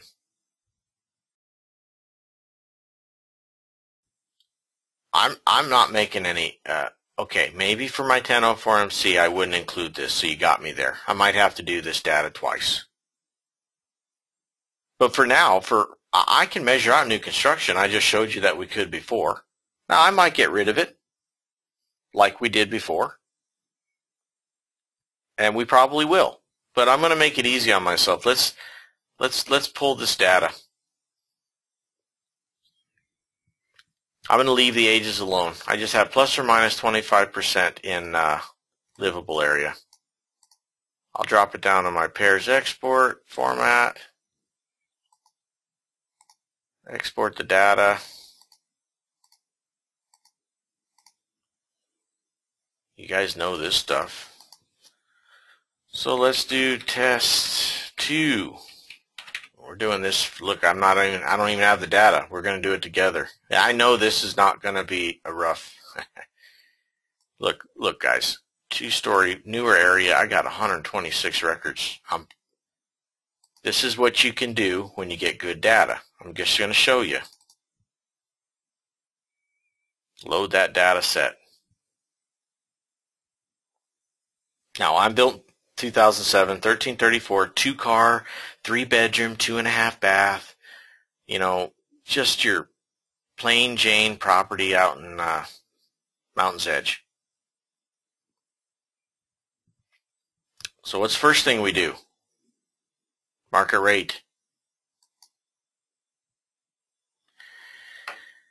Now I keep saying it, at 1.8% for the year. For the year. I mean, I'm not calling that, I'm not applying an adjustment. That's stable all day. I mean, look, this candle to this candle, it changed my view. Well, now remember, it looks a lot worse than it is. It's 1.8% for the year. I mean, I'm not, this is my opinion. You guys can do whatever you want. Your model, your rules, your results. I say that's stable. I'm canceling out of here. I'm not even messing around with the market rate. It's silly. Silly. So again, now we dealt with market rate. It's the first thing I'm looking at. You know what I'm looking at? I'm eyeballing the stuff in my panel, which is not too bad yet. Now, I'm not paying attention to what jumps off the page. I'm looking at what I need to address. New construction. Got to make a decision, guys. I'm 07. We measure it out. Yes, it's a variable. It's there. Shows you. How many records are new construction? 10. So about 8% of the data. Now, new construction is a new beast to me. Would I, if I was built in 2012 or 2013, 2011, maybe even 2010, at that point, there's some relevance there because, people make the case all the time. Well, my house is 3 years old, but they're still building in here, and you can't get the house for less than this much from the builder. That's when it's very relevant to understand the dynamics of the new construction. That's when it's awesome, like we have, to be able to solve for it and say, yeah, buddy, I know your 2010 house, you can't buy it, but guess what? You're going to get nicked about 20 grand off of that builder price for the new car smell, for that personal preference of option selection, customization, whatever. That ghost feature that we could never understand or identify as an appraiser. Why do these new constructions sell for so much more than the resale? You can measure it out. We made it a variable. My MLS has a new construction field. Yours may not. That doesn't mean you couldn't open up the data set. And maybe if I get a second, I'll show you that before we leave. Actually, no, I'm going to make it a point to show it to you right now. Let's say that one of you guys is in an area where don't have new construction.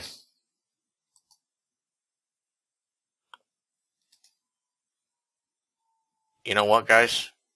Open up your data.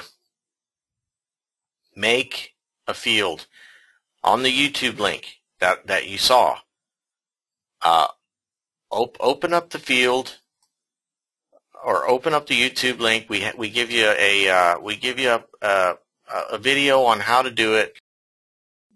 Open up your data, copy your data, open up your Excel, dump it in there, and make the variable new construction. It literally doesn't take a long time to do, and it allows you to account for a significant variance in your data.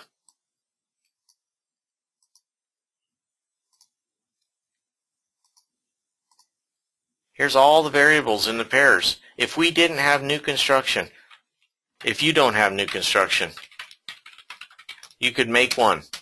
Everything that's a new construction, mark with a yes. If it's not, you mark it with a no.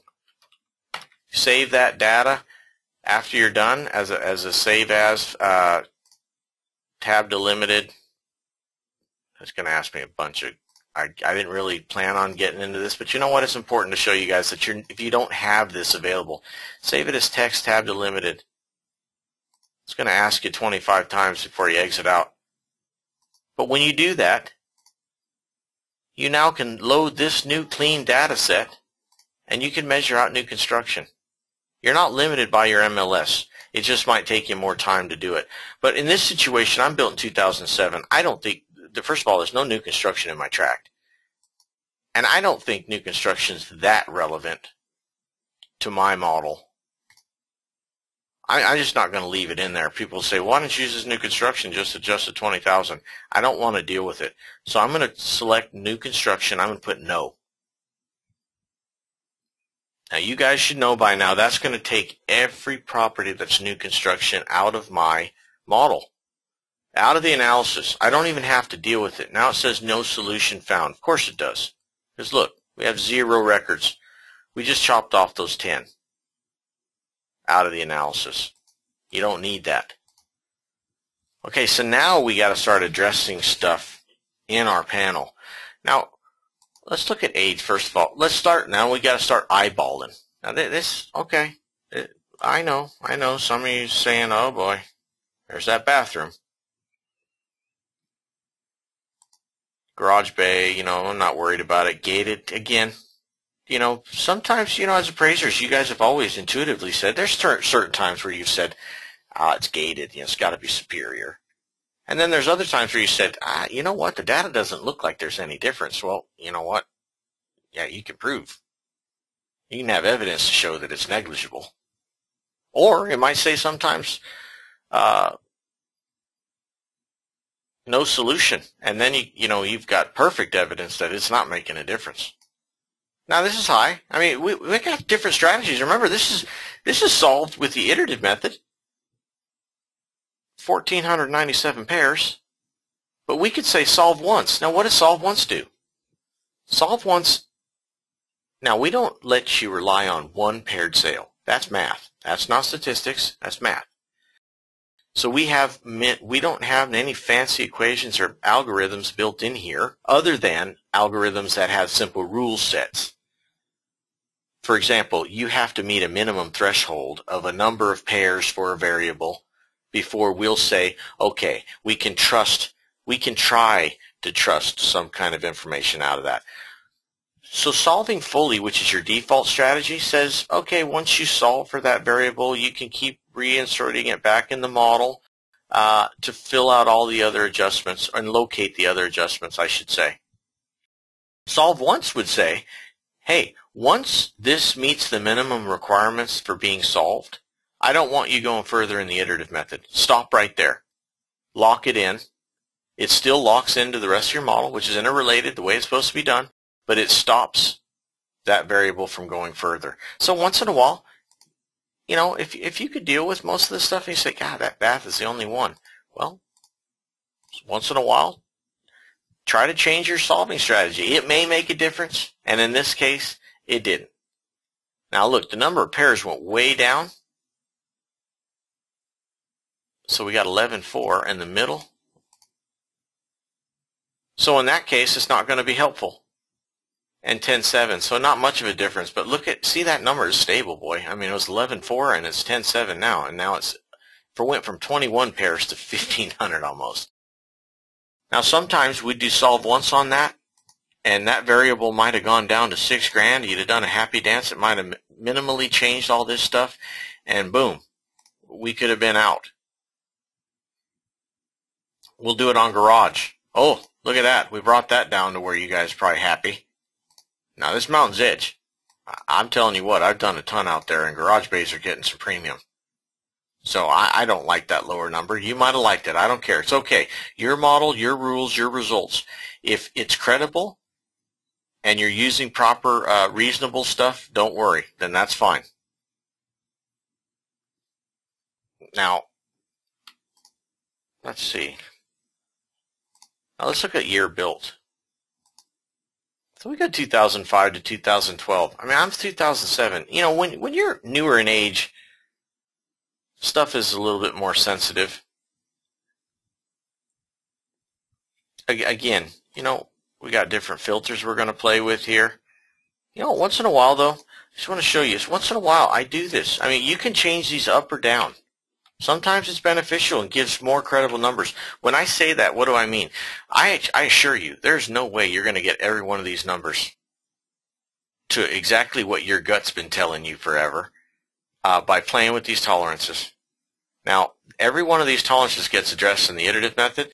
You might be able to change one of these variables, but you're going to have whacked out on the other. So when I say credible, I mean all of your variables in your panel are reasonable.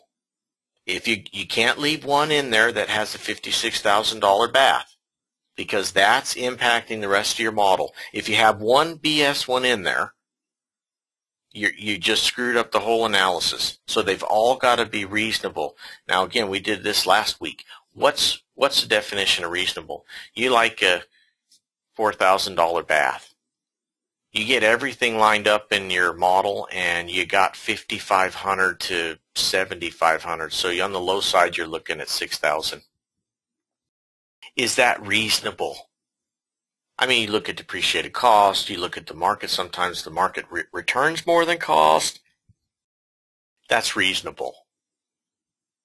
You know, you like a $5,000 garage in some areas of your data, and it spits out, you know, 6,800, 8,000, you know, but everything else you're saying, golly, everything else is just wonderful. Well, try, you know, if you think it's still a little bit high, maybe try changing the strategy on that one. But even then, if it doesn't change it, or if it goes the wrong direction, in this case, it would have brought it down. But let's say it went the opposite direction, went higher, and you said, okay, I'll go back to solve fully. Your gut was saying 5 or whatever. I mean, would you be bad at 8? Is that credible? Is it reasonable? This is why we're doing this data analysis, guys, because our opinions can be wrong. Have my adjustment habits changed materially since I started using the platform about a year ago, or 10 months, whatever? Absolutely.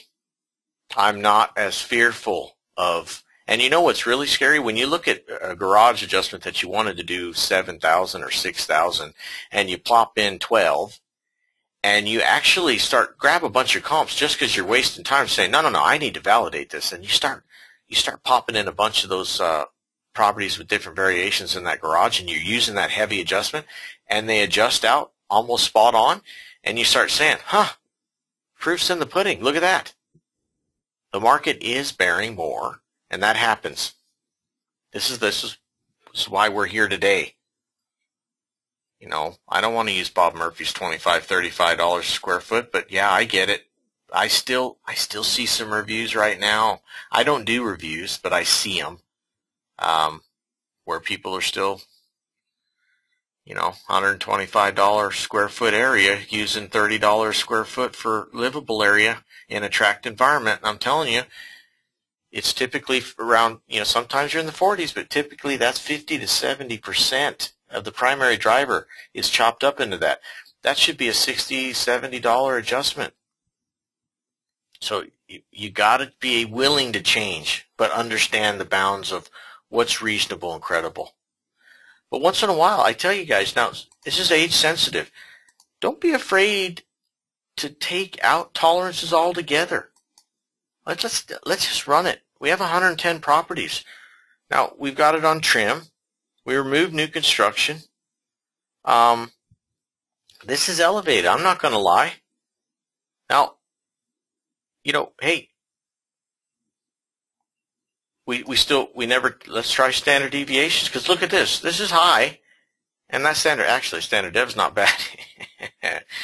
You know, I'm funny. I try to lead you guys to water, and then it doesn't work out, and I laugh at myself.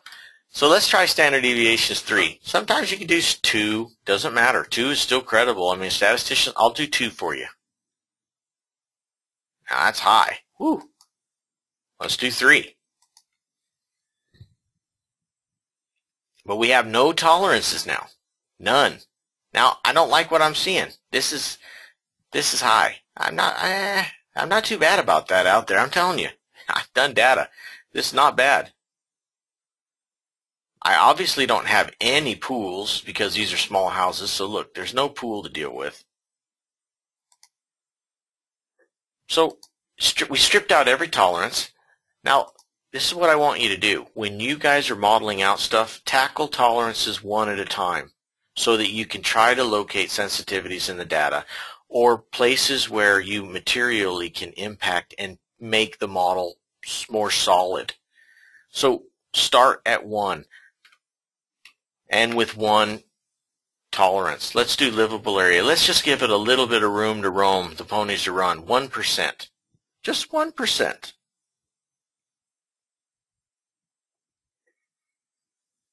Wow. Now that's high. I'm not liking that. That didn't help my cause any. But you know what? I don't have any gateds, and I'm telling you what, this has been a thorn in my side. Now, even though we solve for variables and we isolate, everything's interrelated. So every time you put a variable in the panel, you are putting in, to a degree, a roadblock from pairs being able, in the first part of the process, to compare 2 properties. Because, this feature's been noted as significant, so anything with these features I can't compare unless the other one's identical there for something else. This has been hanging low the whole time and bouncing around. It's not significant to me. I'm going to take it out this time and update my panel.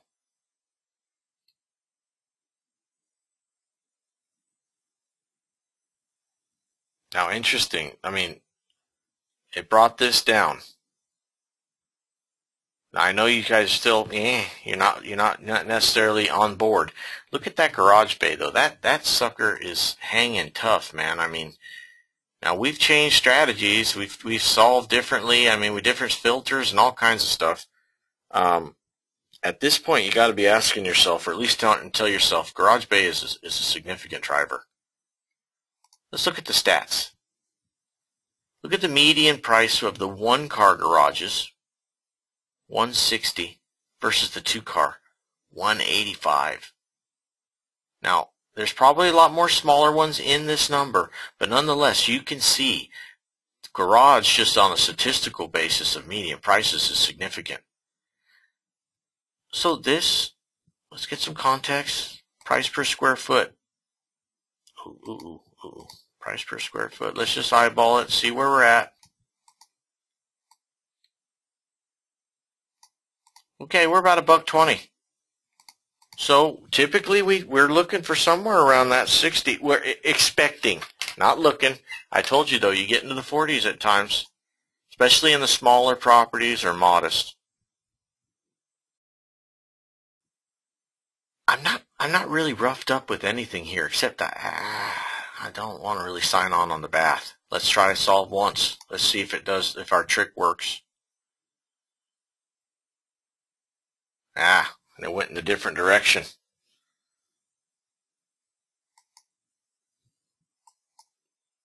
So we're just playing along. I mean, no problems here at all. I mean, this is our job, right, guys? I mean, we're doing an analysis. We're going through the motions. We're trying to figure out, playing with tolerances, looking at the data, doing the model. We're pretty happy, but I'm not happy with bath. Now, we know we can go commando and we can solve bath. I mean, I don't play too long around here, because at the end of the day, worst case scenario, I know that we can solve for that bath. I mean, if I want to go depreciated cost, I can whip out my Marshall and Swift right now, and I can get a credible number.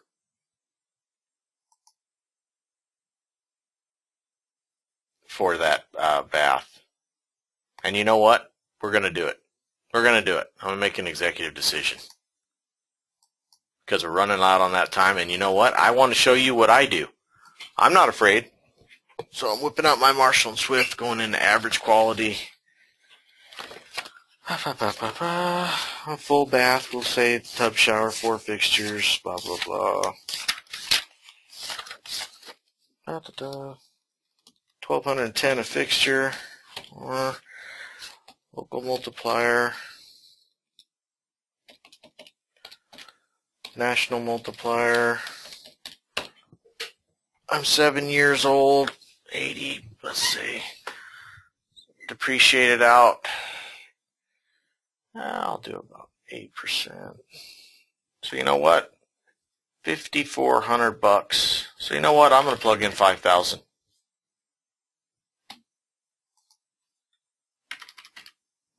I'm going to build in 5,000 into my model.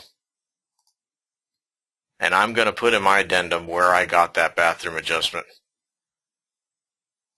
Now, that, man, I had that at 12. I'll play with the tolerance again. This is what I do, guys. Oh, maybe need to add something in here. Give it a little room to run. All right, well, that's 7. I would have been preferred at 6. See the process? This is nothing. I mean, I'm not sweating. I'm in the office just modeling out, trying to find the credibility of what I think. Okay, I'll go 6 1/4. I'm fine. But again, we just solved for it. Adjust only. Built it into the model. It was not a credible number prior. Now we changed tolerances, so maybe we should see what it would have done. But we know we had 5,000.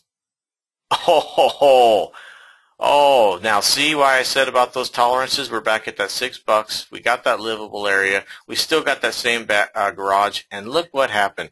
We didn't solve for it. Marshall and Swift, I don't have to make an extra comment.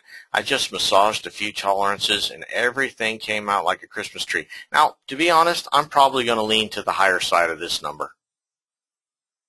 But look, standard deviation, $7, not bad. I mean, look at that. There's a whole bunch of action.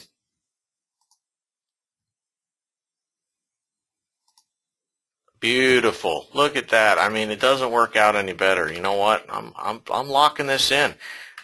Ain't nobody going to get in a fist fight with me. I got data. You got data.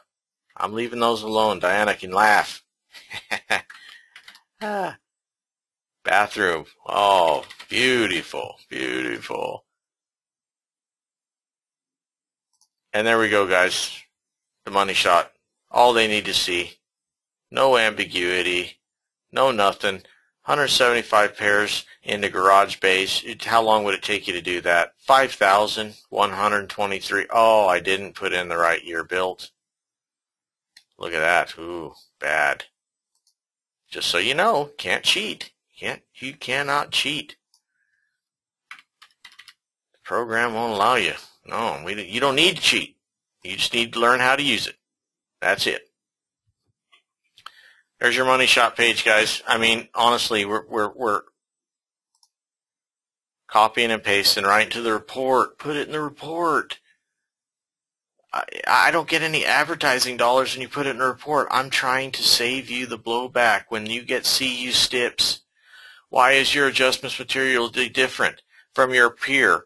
Well, because my peer's obviously not using a program like I am that actually does comprehensive analysis. Maybe you should go ask him why he's wrong, because here's my data. See, you don't have to even do that. You got this in there, boom. They see it, and they move along. Nobody wants to argue with you. Uh-oh. Diana's got data, and it's pretty credible. You ask any appraiser in town, hey, they're going to be accepting of those numbers out there in Mountain's Edge. You know what credible is. That's the other thing. You have to validate credibility on everything.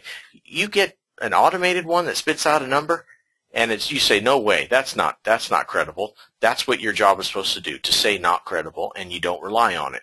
You get something that comes out of pairs that, is $85,000 for a bathroom. Well, by goodness, you better not accept it. You better, you have to stand up and say, no, that's not right. There's a problem in the data, or I need to do something different. But that's it, dude. Dude, sorry. We're pasting. We're gone. So, so do you need to have a statistics background like you really should have when you're running regression on pairs? No. But you should have a high school level understanding of statistics. What's a mean, the average, median, tri-mean? Just some, you should understand, at least try to figure out how data behaves in statistical environments. Now, listen, so we got the resource page. I mean, you guys need this. How does pairs work? I need to explain it. Yes, you do. AO18. You need to know what you're doing, how you're using it. Here it is. Knowledge base. There's a pairs method doc. You can copy and paste it right into your report. You can learn it, read it. It's very easy. Got even 2 links for the challenged. Not for you guys, for the underwriters, where if they want to chase down the definition of paired sales analysis and the iterative method. We're not hiding nothing. This resource though based knowledge base is fantastic. I mean, it's going to keep growing. That's my part of the deal. I've been a little bit slow on getting it out there.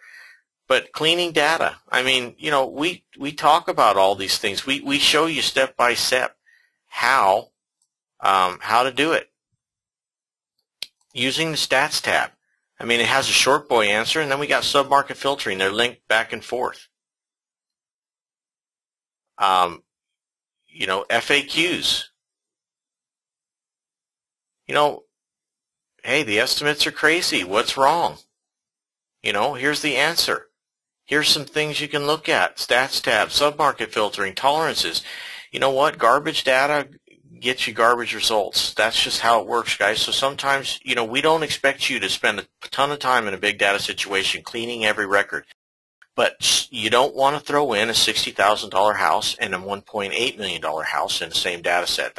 You're just setting yourself up for a problem, because it's going to squirrel up any method. Regression, I don't care. And I think I've showed you things you can do in this platform today that you can't do in any program out there. You can't do it in any regression. You get that $25,000 bath, what do they tell you? Kick it out and don't worry about it because it's accounted for in every other variable. Really? Really? Okay, well explain to me this, genius. How come I have 2,000, 3,000 square foot houses? They're both the exact model from the same builder, and one of them had an optional third bath and one of them didn't. Oh, well, it's accounted for in the other. Really? How? They're both identical footprint, identical garage bay, identical bedroom counts and everything. One had an optional bathroom adjustment. So you try pushing that off to the underwriter and pass the smell test that, oh, well, there's no significance or it wasn't credible, so it doesn't matter. Really? Use that comp on the grid and say it doesn't matter. You know it matters. As appraisers, we know there's a value in an item like that. It's a matter of trying to find a credible way to value it. You have the ability with pairs, if it doesn't come out statistically credible out of the data set, you can build in a credible answer from depreciated cost, from a handset of paired sales, from the builder pricing if it's reasonable and credible. You can source anything you want and build it into the statistical model. That's the difference. Nothing compares to pairs. Nothing. That's the difference. And we got a ton of awesome enhancements. I just can't wait to show you some of the new features that are coming. You will get some emails regarding special webinars when those are coming. And when you see one that says special webinar, trust me, it's going to be special. I'm going to have my tap dance shoes on and we're going to have a good time. We've got some awesome stuff in the works right now. I'll just leave you with this. You'll always get a credible number in those variables that you know are the tough ones, always. So anyways, that's it for today. Come back as many times as you want. I mean, of course, we're still pairs free for now. That's ending at some point. Now, we've been, poor Michael's on the veggie diet. That guy hasn't had a sandwich in 2 years. Actually, though, it's because we keep gaining traction. More people are getting comfortable, but a lot of people are, support's still lit up. I mean, we're still helping out new starters. So we're trying to give you as much time as possible, and we're also, at the same time, working on implementing some really hot stuff. We're going to keep doing first. We're going to keep growing. We've got a ton of stuff on deck that's going to make the platform just incredibly awesome. So stay tuned. And you know what? Don't worry about that robo-computer. Nobody can match you, the professional. So thank you guys very much, and we'll see you next time.